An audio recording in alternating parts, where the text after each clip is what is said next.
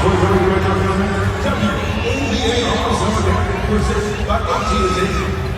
welcome the night official.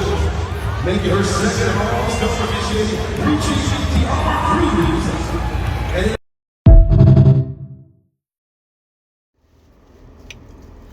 Good evening, gentlemen, and a few of you ladies that may be listening. This is Spiritual Art of War, back at it again with another episode. And this time we're going to talk about what transpired over the weekend with the whole Wnba All-Star game, and where they came out with shirts saying pay us what you owe us. And these WNBA stars, because these are their all-stars, are asking for more money. And I got a whole history with that, because I grew up, in a household where both of my sisters actually played basketball, okay? They played basketball in middle school and in high school. And they were very much, of course, into basketball. In fact, our whole family watched a ton of basketball. I actually have a cousin that played in the NBA. And I'm talking about first cousin, not second cousin, not play cousin. First cousin that played in the NBA, and he also played overseas. He played pro ball for like almost 20 years. I want to say definitely over 15. He played for a long while, okay? And he played in multiple countries. And also grew up with another one. I don't want to say his name, but I grew up with another. Well, I met him. I grew up with him in this fashion. His parents were friends with my parents, and he was probably about a year younger than me, maybe that. Not even probably a year younger than me. He graduated a high school probably a year after I did, but we were like not that many months apart. And he made it to the NBA. He was a first round pick, national champion, college player of the year, okay? He graduated high school in the early 2000s. It might be, if you're from the Houston area, you'll probably be able to figure it out. And so basketball's kind of been around me, growing up. And when the Houston Comets, which was the WNBA team for Houston, were in town and got a franchise, and they had like Cheryl Swoops, Tina Thompson, and probably the greatest WNBA player of all time in Cynthia Cooper. They were a dynasty. They won 4 straight titles. They were the first dynasty in the WNBA. They won a title from 97 to 2000. They were super popular in the city. And we watched a lot of their games. You know what I'm saying? Like I said, I had sisters that were, into basketball, and we watched the games. We watched a lot of their games, just like we watched the Houston Rockets. And guess what happened? That team ended up folding because it wasn't profitable, okay? And they used to play at the old Summit Compact Center, which is where currently Lakewood Church with Joel Osteen, they actually are their church is actually the former place where the Rockets used to play back in the day for a couple of decades. It's basically where the Rockets won their back-to-back titles, was at this particular place where Lakewood Church currently is at. So when you look into the fact that you have these WNBA teams that are not making money, this is part of the problem with women and entitlement. And women have this very strong sense of entitlement. And I think it's because women don't understand how things are earned and maintained within the environment. And men naturally are givers. We're naturally more philanthropic people, meaning when we have, we give. Even men that are evil will give to friends and family. Men that have abundance, that is to say. Of course, there's those that have abundance and and they don't give at all. Now, when I mean by abundance, I'm talking about like tens, hundreds, millions, and billions of dollars. I'm not talking about a couple of million. I'm talking about like big money. And but men generally make sure that women are straight in the environment. You know, that's why you don't see homeless women, and even in other societies, you know, outside of the West, you don't really see homeless women. You see more homeless men. And I've traveled around the world, and I've seen more men homeless in, you know, various countries around the world that I've visited. And these are countries that don't even have a welfare system for the woman. You'll still see more men that are like destitute, right? So when you look at like them saying this is part of the problem with the WNBA. And the worst thing that I think can happen is your general woman, your feminist, speaking up for the WNBA. And here's why. About 51%, or a little over 50% of the population in America is female. Women would rather watch Love Island than to watch a WNBA game. That's what they were talking about over the last couple of days. They were talking about Love Island. They were not talking about the WNBA All-Star Game. This is reality. So the issue that the WNBA has with viewership and with revenue and with money is the fact that they cannot get these women, okay, and I'm talking about the female general population, to buy into their product. And the only reason why that they're held up is because of the WNBA subsidizes them. Last year they lost something like $40 million or something. On average, they lose like around $10 million a year. They're just not a profitable, you know, they're just not profitable as a league. And in men's leagues, if you become unprofitable, they just shut you down. Or they merge if they can. You know, they don't even keep you around if you're not profitable. That's the reason why XFL failed. XFL, when it stopped being profitable, it folded. You know, they might try and bring it back, but if it doesn't maintain profitability, it shuts down. It's not a welfare program. Okay? If there's money problems, these leagues, they will go through restructuring. And generally, if you look at the major sports leagues, they're profitable. They may not be super duper profitable every year, but they usually maintain a level of profitability. Because they got like a legacy, they got a product, they got the players, they got the talent, they got the arenas, and people show up to these arenas, to these venues.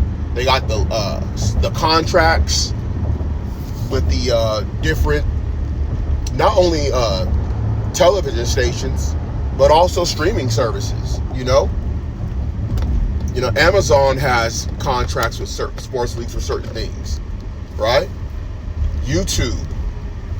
You know, you got like YouTube Red and all these channels where you can watch like League Pass and all these things. These are all like subscription-based services.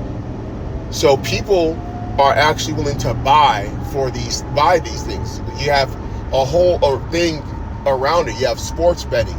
You have fantasy leagues that have these type of influences on these sports leagues because there's a market for it. You got the jersey sales, you got the sneakers, you know, and any other apparel, whether it's hats, hoodies, sweatshirts, t-shirts, okay? You got a whole like economy with all these other leagues. These women don't have it. The fact is that these women in the WNBA do not want to put pressure on the general female population and tell them to either support them or ask them why are they not supporting them. Why are they more interested in Love Island than they are in the WNBA? Do you know the only reason why black women right now are interested in the WNBA on a surface level is because of the whole Angel Reese, Caitlin Clark rivalry. That's the only reason why like the WNBA is hot, because of the drama surrounding that rivalry. Because women want drama, man. They want to see a train wreck. They want to have somebody that they hate and they like. And they want to basically choose sides. And they want to basically, you know, get involved in all the talk on Twitter and Instagram and TikTok and talk about how, it's racist, how Angel Reese is being treated. Angel Reese is not even a top 10 player. Like, she's not better than Caitlin Clark, and that was part of the reason why she became so envious, because the focus was on Caitlin Clark and how great she was as a player and not her. And that's no knock on Angel Reese, but she played right into it, and it's caused a lot of problems with the rhetoric by a lot of these sports reporters and sports journalists like RG3.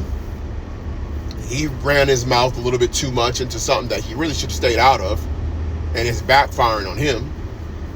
And he got to look at the optics with his situation. I might have to talk about that as well. But at the end of the day, the NBA is going to continue to subsidize this league no matter how unprofitable it is, because they're using it as more of a charity case. Yes, there's a belief that it will advance the game. This is one of the reasons why if you look at like American sports for women, that's the reason why they dominate in American sports, because a lot of their leagues are subsidized by male leagues. Because so they'll pay into it and they'll just write it off. You have these business owners, they'll just write off some of these losses.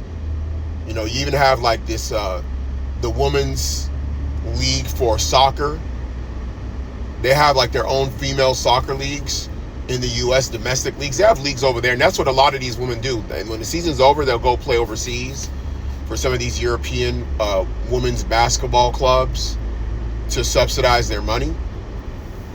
But at the end of the day, the way that some of these people that are sports purists, they believe, and this is like a small minority of people that think this way, the reason why that they would want the women's league to continue going is to help advance the sport and to keep it going on an evolution standpoint, for the sake of like the advancement of sports and athletics.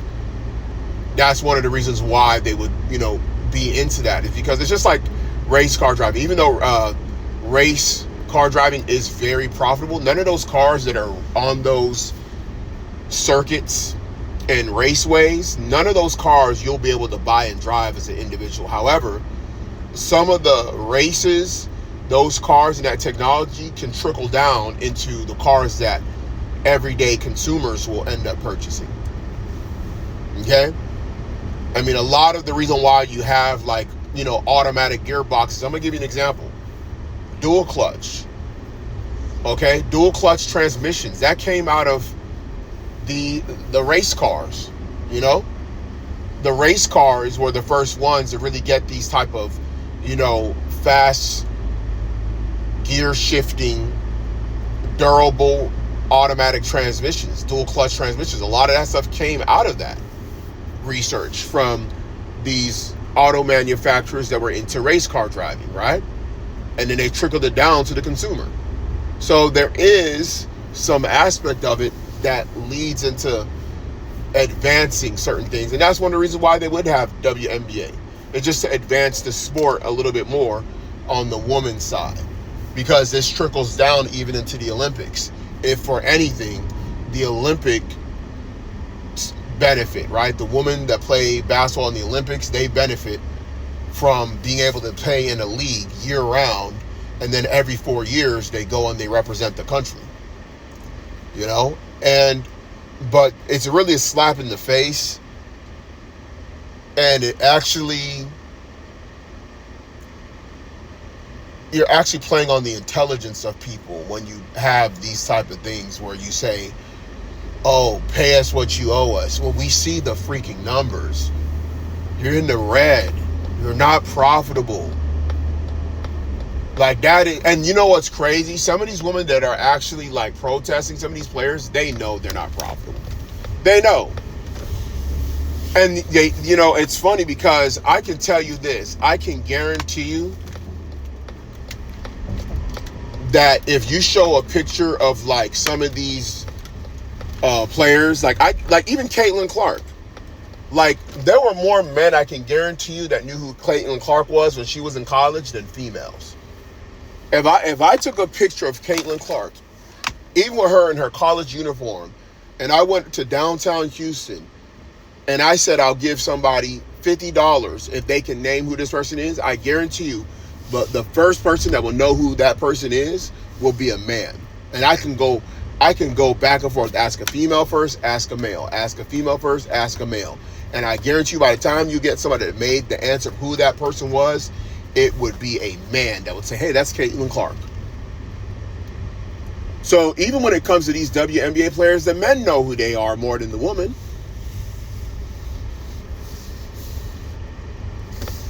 Okay? Even the coaches. Men know the coaches. At least back in the day when I was growing up, we knew who Pat Summitt was and Gina Auriemma was.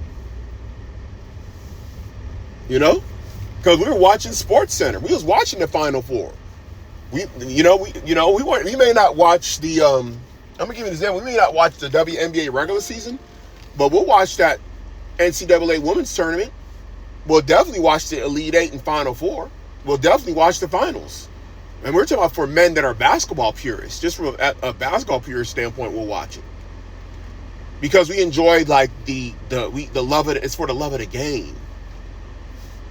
You know what I'm saying? It's for the love of the game. Men know what I'm talking about. A lot of dudes know exactly what I'm talking about. A lot of men that are really into basketball will actually keep up with certain aspects of women's basketball. Just because we like the game that much. We understand. You know, we understand when we see a female with a cold crossover or wet jumper. We understand the skill that it took for her to get to that level. Men will respect that. But to think that you're just going to say, pay us what you owe us as if like you're owed anything. In order to be owed anything, you need to be profitable. And this is the female psyche of entitlement, bro. When they know that they are not that they're actually a liability, but they still expect something, that is like literally the default setting of a woman, bro. It's like that of a child. That's why even when I was a kid, I'm the oldest. When I was growing up, I didn't really try to ask for much from my parents because I knew that they had to come out of their own pocket for anything that we would ask for. Unless they asked me, hey, what do y'all want? Then I'd be like, I would say something. But I didn't go out of my way and be like, yo, dad, you got to get me the Super Nintendo. I didn't say none of that, bro. Especially how expensive it was back then. And I even kind of understood money, bro. Even as a kid during that time. I remember when that Super Nintendo was coming out. You know what I'm saying? I wanted it, but shoot, if I had to play it at a friend's house, I was cool with that. I didn't really care. So I didn't open up my mouth to tell my old man, like, yo, you gotta get that. I knew I was a liability as a child. You know what I'm saying? Because my old man will always remind us that this stuff costs money. It ain't easy. He'd always say that. You know? So it's one of these things where people got to understand, like, this, they just continue to show like how they think. There's no woman that is going to come out and say, I want to see women coming out and checking these WNBA players for saying pay us what you owe us and getting to the nitty gritty, get to the number crunching. All these so-called, we're the most educated people in America, woman. This is where y'all need to use y'all's education and tell these women that they ain't owed nothing. Okay? Just like Hakimi, man. Just like Hakimi told his ex-wife, I ain't owe you shit. Everything in my mama name. Yo, I'm telling you, man. The audacity, bro. The audacity of these women, bro. To be honest, there's only like a few players that really box office, that really can generate money going, city to city. And right now, that's Caitlin Clark. Caitlin Clark is the only one that can really generate money. You know what I'm saying? She's like the new hot star. And if you even go back in the day with the WNBA, Um, you'll always have like every year they got like, these very good college players that would come in and people expect them to be very to have good WNBA careers. And because there's not as many teams as the NBA, the talent is a little bit more on par. And a lot of times they get a lot of very talented players that get drafted to all these teams. So you can get like every team every 2 to 3 years can get like a player that would be considered like franchise. So, but at the end of the day, it's just not fun to watch like that. The only women's sport that's really like profitable to watch is probably tennis. Because I can't even say gymnastics, even though gymnastics is one of the more watched sports in the Olympics. People ain't really going to see, somebody perform Olympics like that. World championships, if it's in your city, like the people that are fans of gymnastics, or definitely the Olympics. But I can only think of really, because even women's golf don't really got no kind of play like that. The only one is women's tennis. Especially the Grand Slam, the Big Four. The Australian Open, Wimbledon, French Open, and I forgot the other one, the U.S. Open. I think that's what it is. The Big Four. So we'll watch that. Heck, I'm many times when I used to, I don't really watch cable TV or whatever like that, like I used to back in the day. But when I used to have that cable TV, man, if that stuff was on, even if late at night, because a lot of those, they're like in different time zones. I watch that joker live, especially if I ain't got work the next day. Man, I'll just pop that stuff on. I'll watch me some women's tennis, especially if it's some of the top players. You know what I'm saying? I'll watch it. I'll be like, oh, shoot. Coco in that joker. Okay, Azarenka. The Williams sisters. You know what I'm saying? I'll be like, shoot, let me go ahead and put that on real quick. Anna Kournikova. I forgot the other one. There's another one. The one that was like a big rival. I can't get her name. I have her picture in my head. She was a big rival of Serena Williams. She was like also Eastern European, but I cannot think of her name.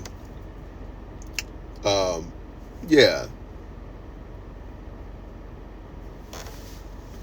Yeah, Maria Sharapova. I think that's her name. Maria Sharapova, because I'm thinking of Anna Kournikova. Maria Sharapova, I believe, was her name.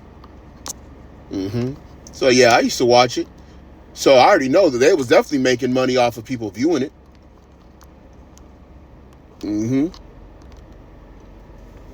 Yeah, so back in them days, man. Yeah, that's the only sport that's really popping. Even women's boxing ain't popping like that, bruh. Women's MMA ain't popping like that. They put them in the undercard with the men's. People will watch it, and they'll get them their little purse. They'll get the little 50,000, maybe 100,000. I don't know how much they pay them women when they fight. You know what I'm saying? But at the end of the day, people really ain't trying to watch women's sports like that. Like if you look at tennis is considered like a woman's, a ladies sport. If you get what I'm saying. Like tennis, like it's a gentleman and a lady sport. That's how it's looked at. That's why there's a different kind of cachet that it gets. Because the female tennis players are feminine. They're elegant. Like most of them are very feminine and elegant. You know what I'm saying? Yeah, you could say that Serena Williams was a little bit tough, but Serena Williams, aside from like her, she was definitely like a more athletic, explosive athlete, but she's a very elegant person. You know what I'm saying? Like she actually is, carries herself with a certain level of femininity. Very soft spoken. You know what I'm saying? Doesn't dress up like a tomboy. Always was in dresses. You know what I'm saying? So at the end of the day, like if you really look at like the sport of tennis, that's a lady-like sport. You know what I'm saying? Those women be, very demure, very cutesy. You know what I'm saying? Tennis players, man, a lot of them are very good looking. A lot of them female tennis players, they're very feminine and good looking. Most of them, really. You know? Those are some of, you know, and they make bankroll. Look at their prize money, man. Go to their Wikipedia and look at them prize money for them female tennis players, man. You know what I'm saying? Like, they really be doing their thing, bro. You know? A lot of people don't understand that. You know? So, yeah. I mean, WNBA, they can't get that. I think they... You know what's crazy? With the WNBA, I think that they actually have, like, an outside shot of being a little bit more... What's it called? Here's part of the problem with the WNBA. There's a lot of studs. It's full of studs, bruh. And the fact is that nobody wants to take their kids, their daughters. If you got a family, you don't want to take your daughters to these wannabe men, bruh. That's why Caitlin Clark is being praised by, you know, white, what do you call it? Fans of the sport. Because at the end of the day, she's a girl. She got a boyfriend. I think I seen a video of her, like, kissing her boyfriend. You know, she's more of a, you know, she ain't got the looks. There's a few of them that got more of the looks in the WNBA. But, man, listen, bro. That stuff is not going to work, bro. It's just not going to work. If they were more, like, feminine, like a lot of the tennis players, more ladylike, there would be like a thing where they could probably get a lot more eyeballs, you know, from both men and women. Because then you have women would look up to them. They would see them come into the game, and after the game, being fly or whatever. Maybe that's kind of how it could work. I don't know. I don't really know what they could really do to improve the product that they got. You know what I'm saying? I just really don't know, because there's really, you know, because what happens is there's a comparison. I'm gonna give you an example, right? When you look at tennis, the men's game is definitely harder and faster. They got an extra set that they got to play, right? This is best of 5 versus best of 3. But when you look at the sport, it's like the same type of stuff. There is no slam dunk. So you still have, like, your serve. You got your forehand and your backhand, right? You're still playing within the lines. You know what I'm saying? So a lot of it on an optic level, when you look at the men's and the women, optically it looks the same. We know it's not the same. The men's game is definitely faster. But to the casual observer, women's and men's tennis looks very similar to the casual observer. This is the reason why you have people that thought that, you know, Serena could probably beat, like, an Andy Roddick or something. And Serena had to be like, listen, she's like, I would get smoked, like, by, you know, these guys. Like, these guys would smoke me. Like, don't even think I can compete with them. Like, she was like, I would not even win a set, a game. It wouldn't even be down like that, because they serve way harder. They returns are way harder. You know what I'm saying? Like, she had to let them know. But optically, the game looks similar to a casual observer when it comes to looking at tennis. And that's why I think the women kind of get a little bit more respect in that game from the casual observer when it comes to tennis. You know? So that's part of the issue. But with basketball, you can't replace, like, long and athletic when it comes to men versus women. It's just not the same. And then you got 10-foot rims. I mean, I remember people saying they maybe need to go to 9-foot rims where the woman can dunk, but then it just makes them a little bit more studdish, because they're going to be hanging on the rim, tongue out. You know what I'm saying?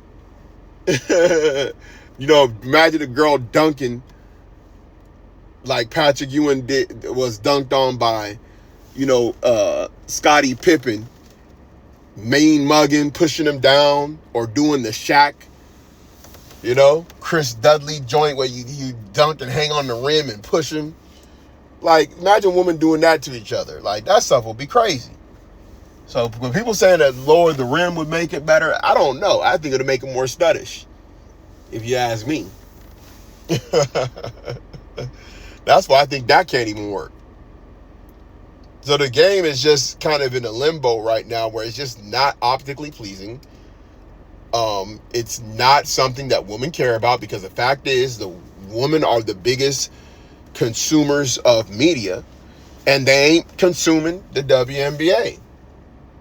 Even women's tennis, I can guarantee you there's more men that are watching like these Grand Slam tournaments with the women tennis players than females are. Women are not spending time watching that, bro. They watching little Netflix series. They watching reality shows. You know, they're not doing that. We know it, bro. You know, when you go to these different blogs on Instagram, the only time they even talk about like women's tennis is if it's like a black woman wins. If a black woman wins, they'll put Coco Gauff, oh, she won this. And they'll show the video and the pictures. But if they don't win, you don't even know it even happened. You don't even know that if you go to Shade Room or Hollywood Unlocked, any of these on site, if you go to any of these, what's it called? You won't even know that there was a tournament if you don't keep up with that stuff. Just like they will talk about Serena. If a black woman ain't winning tennis, then them blogs ain't talking about no tennis. They don't even understand the game. They don't know what a forehand and a backhand is. They don't know what a serve is. They don't know what it means, game, set, match. You know, they don't know what love means. They don't know none of that, bro. I'm telling you, man. But let one of them black women, when they be like, oh, Lord, she won. Oh, congratulations, Black Girl Magic. It's like, come on, bro.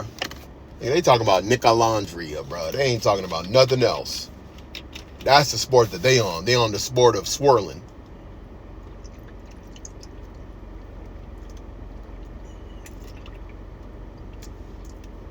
Yeah, that's what's going on these days. You know what I'm saying? I pity that boy. Oh, man. It's funny, man. But yeah, WNBA, man, them women need to shut their mouths, man, and just be happy that they getting paid. Bro, even some of these, like, sports apparels is giving them contracts for shoes that they ain't really gonna sell. You know what I'm saying? They're making certain of them like Jordan brand athletes. I saw one of them is wearing the Jordan 40. That's supposed to be coming out like in August or whatever. The 40th model of the Air Jordans. You know, they paying her probably a good penny to do that for something that woman ain't gonna go and buy. Woman ain't gonna go buy the Air Jordan 40. Woman only, even now, like I'm even thinking about it now. I'm like, damn, women don't even really buy Jordan 1s like they used to. You know what I'm saying? I see females more, you know, they might buy some Air Force Ones, some white Air Force Ones. I'm really trying to think. I don't think they even wear, you know, there was a time when, you know, at least 5-10 years ago, where we see a lot of females, you know, they was rocking Jordan 1s, you know, casually or whatever. They're not even really doing that no more. You know, men will buy them Air Jordan 40s if it's like a high performance shoe. I've seen a lot of people, because, you know, a lot of times people like the retros, but I've seen a lot of people showing love to them Air Jordan 40s. So I already know, because I already know how it happens. I was in the sneaker game heavy, so I already know, like, there are certain Jordans when they come out and they look good and they perform very good, them jokers be selling out. I remember when them Jordan 28s and 29s came out, because I had some myself. And them Air Jordan 28s and 29s came out, it was no joke. People was buying them things. You know what I'm saying? Like, it was no joke. If you didn't get your size, bro, you had to go on to eBay and pay a little bit extra for them. You know, that was actually super popular. You know, during that time, it was your boy Russell Westbrook, who was the Jordan brand athlete, and he was the one that was wearing the flagship Jordan shoes. Because prior to that, it was Dwayne Wade, before he went and did his own thing with Li Ning. So Dwayne Wade was wearing the Jordan brand stuff. You know, if you go back during the time when he was with Okay, when was that? Yeah. He was Jordan brand athlete for a bit. Because he had his own shoes with Converse, and he was Jordan brand for like a couple of years. He wore Jordan stuff. Then they got Russell Westbrook on it, and Russell Westbrook started wearing them Jordan lines. I think when the 28s came out, 28s, 29s, and 30s. And I think after the 30s, they gave Russell Westbrook his own Jordan brand shoe, the Why Nots. You know what I'm saying? But yeah, them 28, 29s, and 30s, bruh. Anybody that's a sneakerhead knows, man. I was in, I remember them jokers was flying off the shelves. Certain colorways was gone. You know what I'm saying? Because those are some of the best performance basketball shoes of that era. Like, before really the Hardens. The Hardens have kind of been holding down the performance as like a top performer. And some of these Puma sneakers as well. But, yeah. They're a charity case, man. And they're making these extra demands. It's crazy. It's crazy work. It's crazy work what these women are on, bro. And like I said, they're not going to get at the general population of women and tell them to stop watching Love Island and start watching Wnba. They ain't going to be able to do that.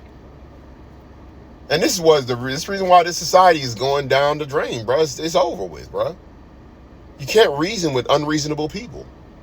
You're negotiating with terrorists. And you can't negotiate with terrorists. It's like George Bush was telling you. Even though the terrorists they created themselves, so that's a whole nother story. If you know, you know.